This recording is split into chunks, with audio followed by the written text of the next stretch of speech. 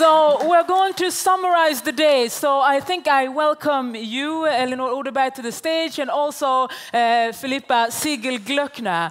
I think we remain standing, actually, Elinor. Okay. I think, yeah. Sorry. I think we remain standing.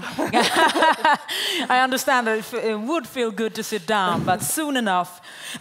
So, okay, you're the initiators behind this, the brains behind this. We have been talking about democratizing central banks, the labor market, inflation fighting in Spain, going on to a culture, watching this movie about unionization, and then being visited by Stephanie Stancheva and now Isabella Weber.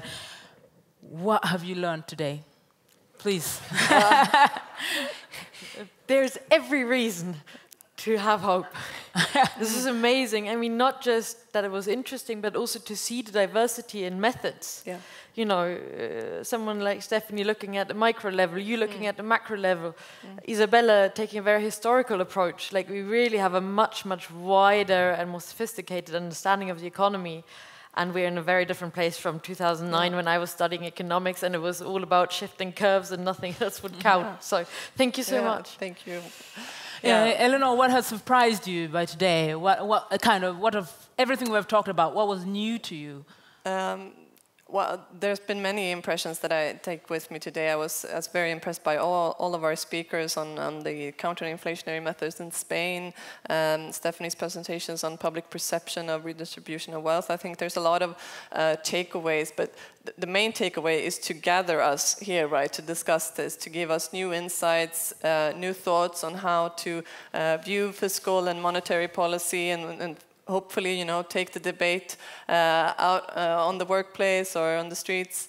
And also to what I think is unique with this conference that we don't see as much, and we should see more in Sweden, is to gather European thinkers and scientists and opinion leaders like this to actually learn from each other, because I think there's a sort of a little bit of a supreme view around here that we know best on economics, and we're so proud of our low public debt and all this, and now we're actually experiencing the downsides. For example, our high private debt, for that matter. Actually learning from each other and creating new arenas for dialogue, that's what Arena is also about, is my main takeaway. And thank you again for making this possible, Philippa. This is all you, really.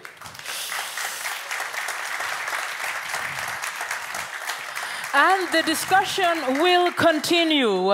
I have been very lousy in one thing today, and that's promoting the hashtag of Neo23. So for all of you who feel that, I really need to continue these discussions, I'm not done by today, please, and during the coming hours, but also probably during the coming days and weeks, the discussion will continue there.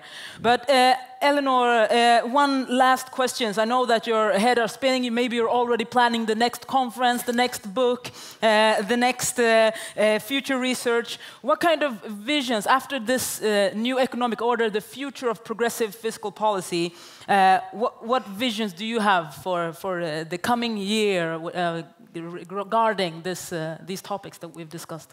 Well, I think, you know, the academia and sort of public opinion is first, and politics is always last. And, you know, this is an academic and intellectual arena, so, you know, we try to create a base for reform.